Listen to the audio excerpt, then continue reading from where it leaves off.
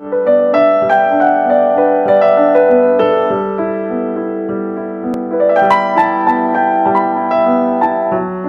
बार एक राजा गौतम बुद्ध जी के पास आया। बुद्ध जी के आश्रम में बहुत भीड़ थी। राजा ने आग्रह किया कि वह एकांत में उनसे कुछ कहना चाहता है। बुद्ध जी बोले, सर्वत्र एकांत है, यहीं बोलो। राजा ने कहा कि मैं संन्यास लेना चाहता हूँ। यह सुनकर बुद्ध जी थोड़ा गंभीर हो गए। वे बोले कि तुम्हें संन्यास्त होने के लिए दीक्षा देने के पहले मेरी एक शर्त का पालन करना होगा।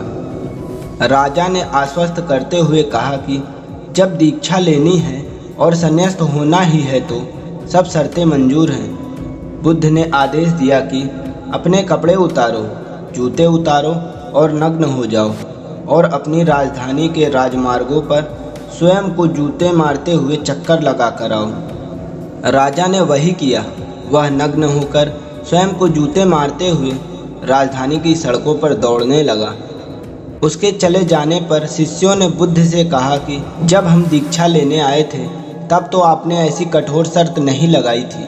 आप तो स्वयं करुणावतार हैं, फिर राजा के साथ ऐसा कठोर व्यवहार क्यों?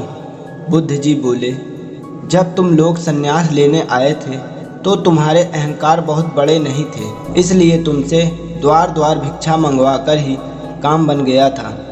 पर यह तो राजा है, इसका अहंकार बहुत बड़ा है, इसलिए महारोग की दवाई भी अधिक शक्तिशाली होनी चाहिए। राजा जब इस दशा में जब अपने प्रजाजनों के सामने से गुजरेगा तो उसका अहंकार चूर चूर हो चुका होगा। राजा ने शाम तक शर्त पूर्ण कर ली और बुद्ध के चरणों में आकर बैठ गया और कहने लगा, हे प्रभु, मुझे दीक्षा देकर अब तो संन्यास्त करें। बुद्ध ने राजा के सर पर मुकुट रखा और कहा कि अब तुम्हें संन्यास लेने की ज़रूरत नहीं है। जाओ और स्वामी भाव छोड़कर सेवक भाव से राज्य करो।